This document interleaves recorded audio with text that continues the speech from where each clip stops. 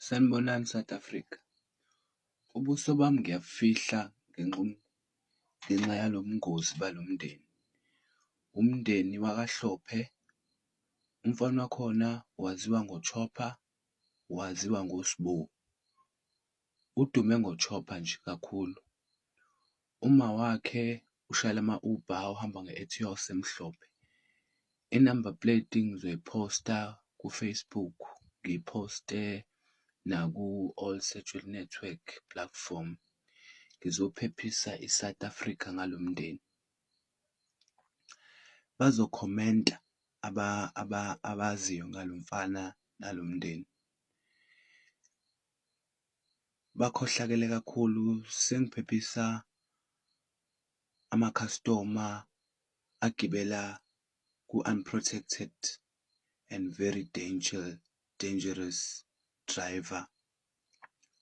Lo mfana unamameda amaningi, uyabulala, uwumngozi.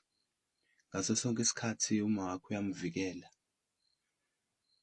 emkhipha ngoba uyazi uyageyina ngaye, ngoba unesibindi esikhulu sokwenza izinto eziyingozi.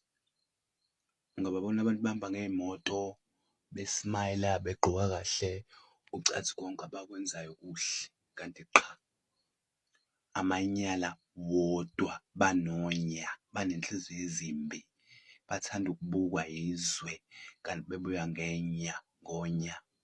So sengithi South Africa, be aware of the white Etios that been drove by a black woman, but you can't describe her black, she's fair by complexion.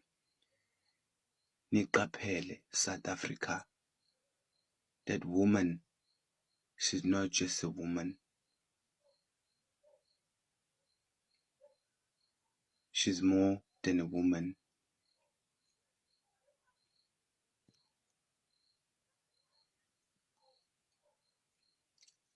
She protects murder people.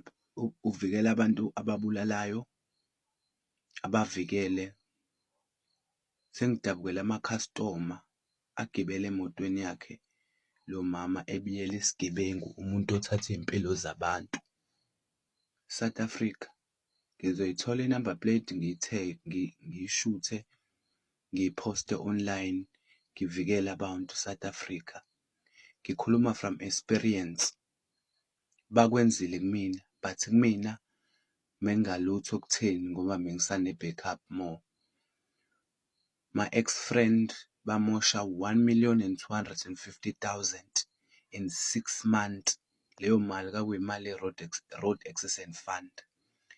Bayenza umfana ukuthi ebesiyoyoyo, bamkhonfyuza ngey'nto zabo abazenzayo.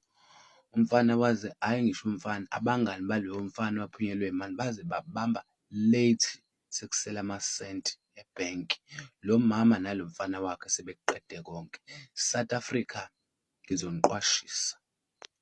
Sibingelela ngani ukuthi sicela uma uqala ukungena kuleli khasi lethu cofa subscribe button usixhase nje ngani ukuthi kumahhala kule channel yethu Umkhosi.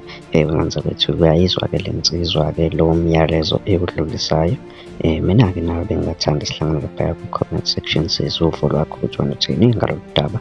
Ungakhohlwa ukucofa subscribe button siphinde sihlangane kwividiyo elandelayo. Danko.